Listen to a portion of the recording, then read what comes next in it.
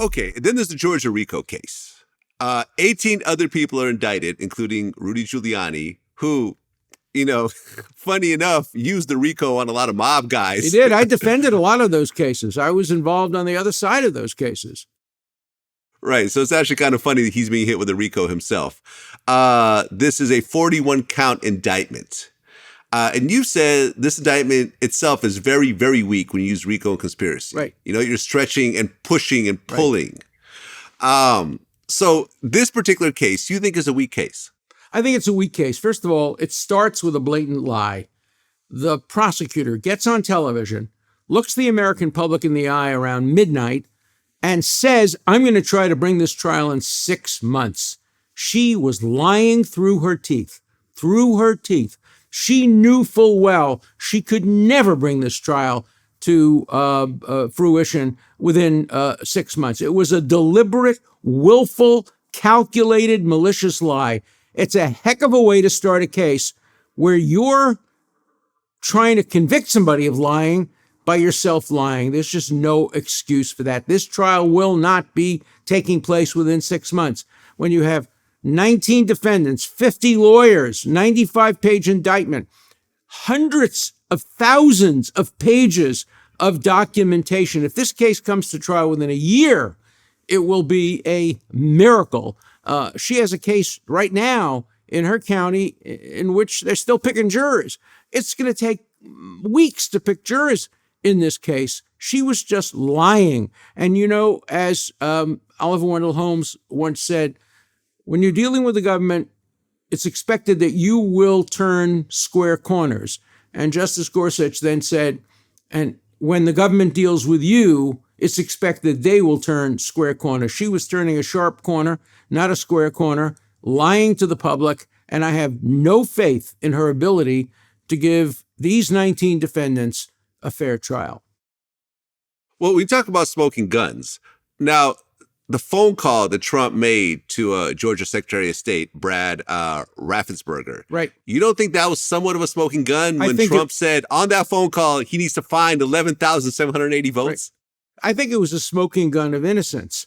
If I'm the defense attorney, I start the case with that tape. Ladies and gentlemen of the jury, listen to what Donald Trump actually said. He said, I need to find then the number of votes to win. He didn't say make up, invent, concoct.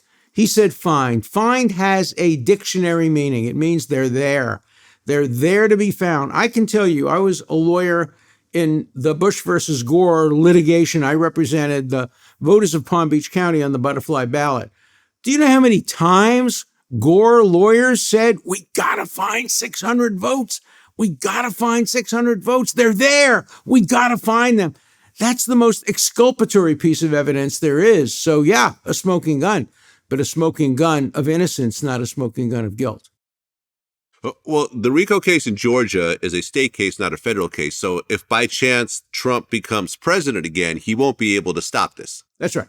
That's right. I don't think he's really going to be able to stop even the federal cases. There are all kinds of questions about whether a president can pardon himself, whether a president can call off a case against himself. There were some discussions of that in the framing of the Constitution. There's no definitive answer to that, but boy, he would have to pay a very high political price if he did that. I don't think it's going to happen. I don't think he's going to be elected.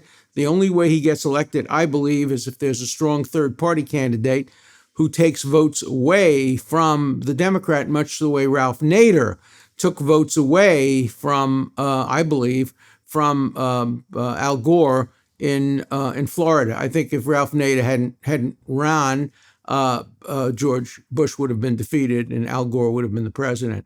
That could happen here, but absent the third party, I don't see how Trump gets above the 45, 46% numbers. You don't have to get much higher than that with the Electoral College. After all, he won in 2016 with a minority of votes, as George Bush won in 2000 with a minority of votes, but I just don't think it's going to happen. But I'm not a political expert, so I'm not going to count on that. My predictions about the law have all turned out to be correct. My predictions on the four indictments were correct. my prediction on the fact that the judge would not accept the Hunter Biden plea bargain was correct. And in my book, Get Trump, I make a series of predictions about what would happen. This book was published a couple of months ago, and every one of the predictions I made in this book has turned out true. It's not because I'm smarter than the CNN people. The CNN predictions are all wrong all the time. Why? Because CNN experts are engaging in wishful thinking and self-fulfilling prophecies. They're not basing their predictions on any experience. Most of them don't have any experience or any valid experience. They're basing it on what they want to happen. I'm not any smarter. I'm just more honest. And that is, I base my predictions not on what I want to happen, but what I believe will happen based on my 60 years of experience. That's why they've turned out to be true. That's why Mark Levin called me the Nostradamus of the legal profession, because my predictions have turned out to be accurate.